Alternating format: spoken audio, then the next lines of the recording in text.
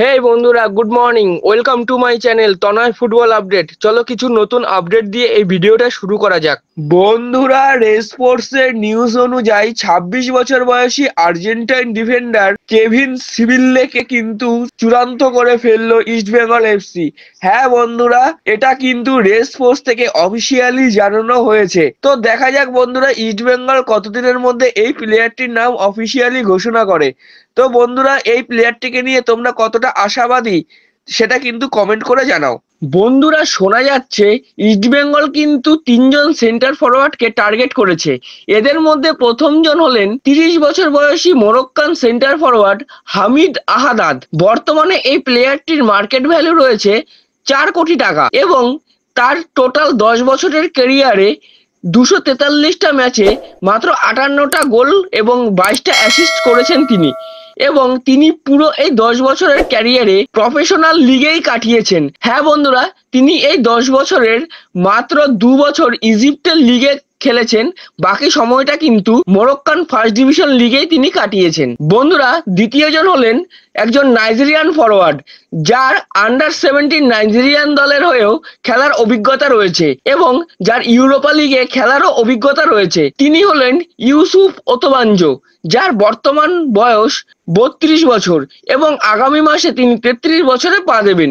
বন্ধুরা, এই প্লেয়ারের গত সিজনটা কিন্তু অসাধারণ কেটেছে। বর্তমানে তিনি আর্মেনিয়ান লিগে খেলছেন। এই আর্মেনিয়ান লিগে তিনি লাস্ট সিজনে ২৫টা ম্যাচে ১৪টা গোল করেছেন। তো বন্ধুরা, তৃতীয় যে প্লেয়ারটিকে নিয়ে কথা বলবো তিনি হলেন ৩৩ বছর বয়সী সার্বিয়ান ফরওয়ার্ড নিমাঞ্জা নিকোলিস। লাস্ট সিজনে তিনি সার্বিয়ান সুপার লিগের একটি ক্লাবের হয়ে খেলেছেন।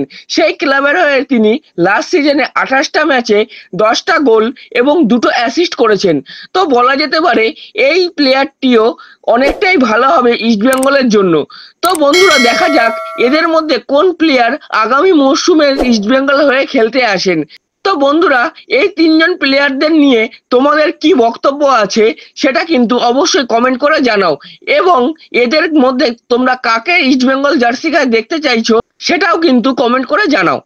বন্ধুরা, পরবর্তী আপডেটটি হলো গতকাল কিন্তু সিএফএল এ ইস্টবেঙ্গলের ম্যাচ সহ টোটাল ৪টে ম্যাচ ছিল। সেই ম্যাচের রেজাল্টগুলি আমি স্ক্রিনে দিয়ে দিচ্ছি, তোমরা দেখে নাও।